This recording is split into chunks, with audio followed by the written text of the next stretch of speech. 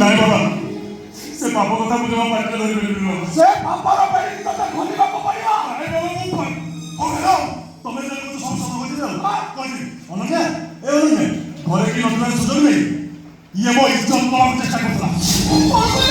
ଆଉ ତୁ ନ କର ମୁଁ ଭାଇ କେହି ନ ଜାଣିଲେ ମୁଁ ଜାଣି ସାରିଲିଣି ତୁ ଗୋଟେ ଚରିତ୍ର ହୀନ। ଭାଇ କାହାକୁ ତମେ ଚରିତ୍ର ହୀନ ବୋଲି କହୁଛ? এই জীবনে যদি চরিত্র হীন তবে কোন সত্য পুরুষ রামচন্দ্র তম বিষয়ে কেহি ন জানিবি মু ঠিক জানিছি। আজ পর্যন্ত তোমরা অনেক ঝিও জীবনকে নষ্ট করে দিয়েছ। হিয়ার কান্দু সিয়ে কোন তম চরিত্র বিষয়ে কিছু বি জানি না হতি শুনন্তু সে ন শুনলে তাଙ୍କ ঘরে আসবো এঠু আমল সমান কর অসল পরিচয় জানিলে কেମିତି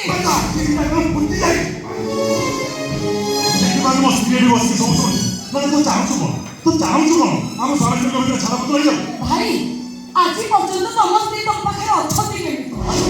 ତମକୁ ଛାଡ଼ପତ୍ର ଦେଇ ଚାଲି ଯାଇନାହାନ୍ତି କାହିଁକି? କାହିଁକି ଛାଡ଼ପତ୍ର ଦେବି? ମୋ ସ୍ୱାମୀଙ୍କର କୋଉ ଦୋଷ ପାଇଁ ମୁଁ ତାଙ୍କର ଅଧୀନ ଆସିବି?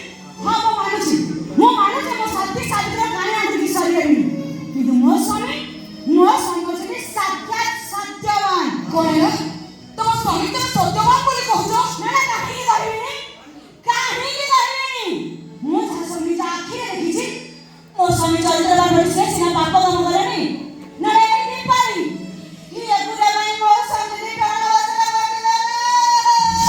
କଣ କହିଲେ ଭାଉଜ ମୁଁ ତମ ସ୍ୱାମୀକୁ ହଁ ତୁ କରିଦେଲେ ତୁ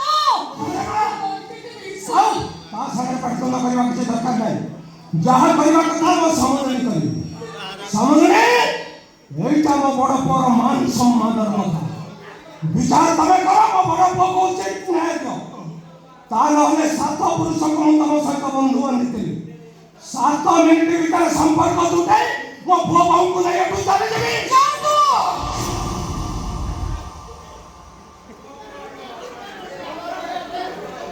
ପୁଅ ବୋହୂକୁ ନେଇ ଆପଣ ଘର ଭିତରକୁ ଯାଆନ୍ତୁ। ବିଚାର ମୁଁ ନିଶ୍ଚୟ କରିବି। ଆପଣଙ୍କ ବଡ଼ ପୁଅକୁ ମୁଁ ଉଚିତ ନ୍ୟାୟ ଦେବି। ଯାଆନ୍ତୁ ସ୍ୱାମୀ ଆପଣମାନେ ଘର ଭିତରକୁ ଯାଆନ୍ତୁ। ଚାଲ ମା ଚାଲ ବୋହୂ ଘର ଭିତରକୁ ଚାଲ। ମୋ ସମୁଦ୍ରୀ କିଏ ନ୍ୟାୟ ଦେଉଛନ୍ତି ଅପେକ୍ଷା କର ଚାଲ।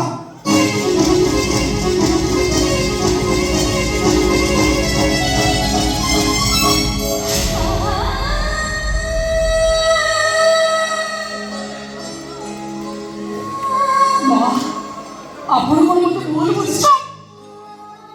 একদম চুপ। ছি ছি নারী গুলো এতে তলে খসে পড়ে তো তার স্বামীকে খোঁজে পাওয়া মানে সেটা মানে বড় পুরুষ সহিত তো ଆପଣ ସେମାନଙ୍କ କଥାକୁ ସତ ବୋଲି ଭାବୁଛନ୍ତି? ଆପଣ ବିଶ୍ୱାସ କରୁଛନ୍ତି ଏମିତି ମୋତେ ପୁଅ କରିବେ ବୋଲି? ନାଇଁ ମା ବିଶ୍ୱାସ କରୁଛନ୍ତି ମା।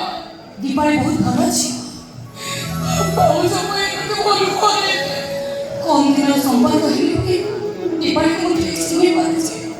ବିଶ୍ୱାସ କରନ୍ତୁ ମା ଦୀପାଳିକୁ ବଦନାମ କରିବା ପାଇଁ ଏଇଟା ହେଉଛି ସେମାନଙ୍କର ଷଡ଼ଯନ୍ତ୍ର।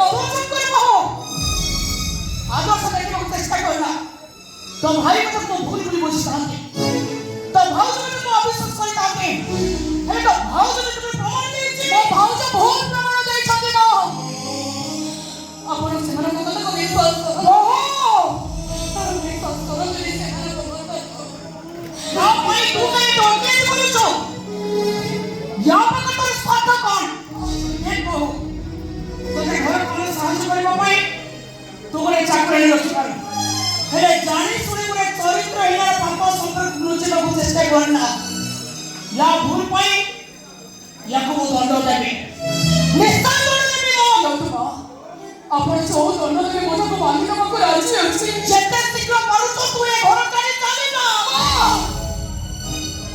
माने आपण को जीवन धीरे क्यों देबा तो ना बात को चेष्टा करला को से होइले प्रति मुहूर्त अनिश्वास छटपटे हेबे मरी जेबे मो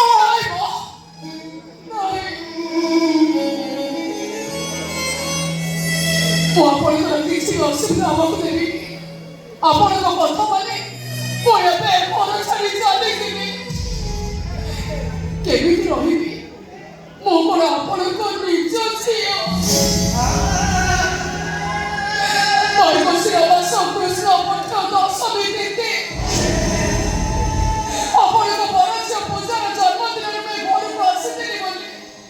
ଆପଣ ମୋତେ ମିଛରେ ମିଛରେ ବଡ଼ ଝିଅ ବୋଲି ଭାବୁଥିଲେ। ଭୁଲରେ ଦୀପାଳି ବଦଳରେ ପୂଜା ବୋଲି ଡାକୁଥିଲେ। ହେଲେ ଆଜି ଥରେ ମୋ ପରିଚୟ ବଦଳିଗଲା। ଆଉ ମୋତେ କେହି ବି ପୂଜା ବୋଲି ଡାକିବେନି।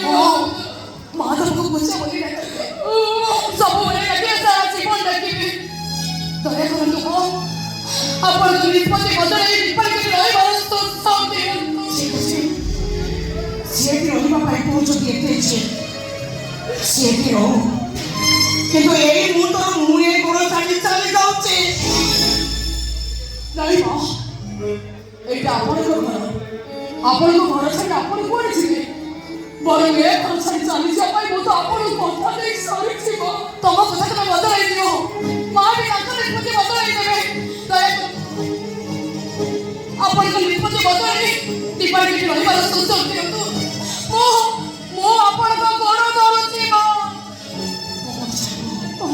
ମୋ ଗୋଡ଼ ଛାଡ଼, ତା ନହେଲେ ମୁଁ ବାଧ୍ୟ ହେଇ ଆତ୍ମହତ୍ୟା କରିବି।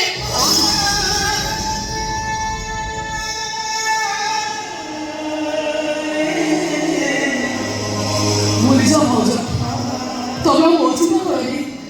ମୁଁ ତ ଗୋଟେ ହତଭାଗିନୀଟେ।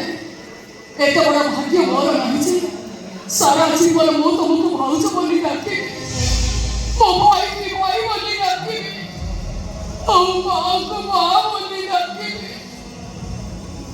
ହେଲେ ମା, ଗଲାବେଳେ ମୁଁ ଆପଣଙ୍କ ମୋର ଥରୁଟିଏ ପୂଜାଟାକୁ ଶୁଣିବାକୁ ଚାହୁଁଛି। ଡାକନ୍ତୁ ମା, ମୋତେ ଥରୁଟିଏ ପୂଜା ବୋଲି ଡାକନ୍ତୁ। ଡାକନ୍ତୁ ମା, ମୋତେ ଥରୁଟିଏ ପୂଜା ବୋଲି ଡାକନ୍ତୁ। ପୂଜା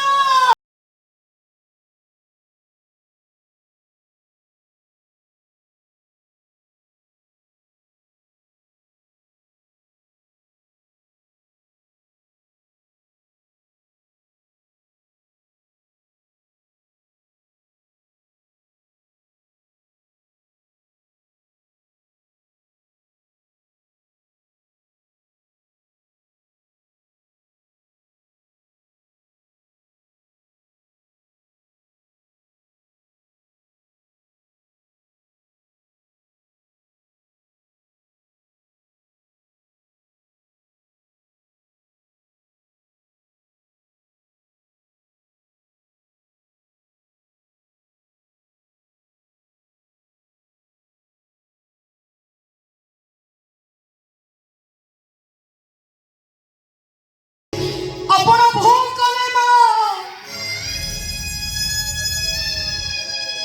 ଆପଣଙ୍କ ବିଚାର କିଛି ବି ଠିକ ହେଲାନି। ସବୁ ଦଣ୍ଡରେ ପ୍ରକୃତ ରସିକ ଆପଣ ଚିହ୍ନି ବି ପାରିବେ। ମୁଁ ଠିକ ଚିହ୍ନିଯିବ। ସେ ଝିଅ ଚରିତ୍ରର ଟିକେ ବି କଳଙ୍କ ନାହିଁ।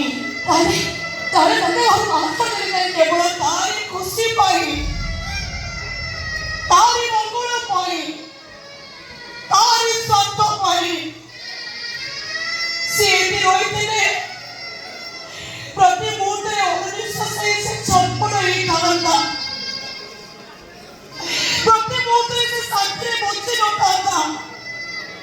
ଆଉ ଏ ରାକ୍ଷସ ମାନେ ତାକୁ କେବେ ବି ଶାନ୍ତିରେ ବଞ୍ଚିବାକୁ ଦେଇନଥାନ୍ତେ। ଏମାନେ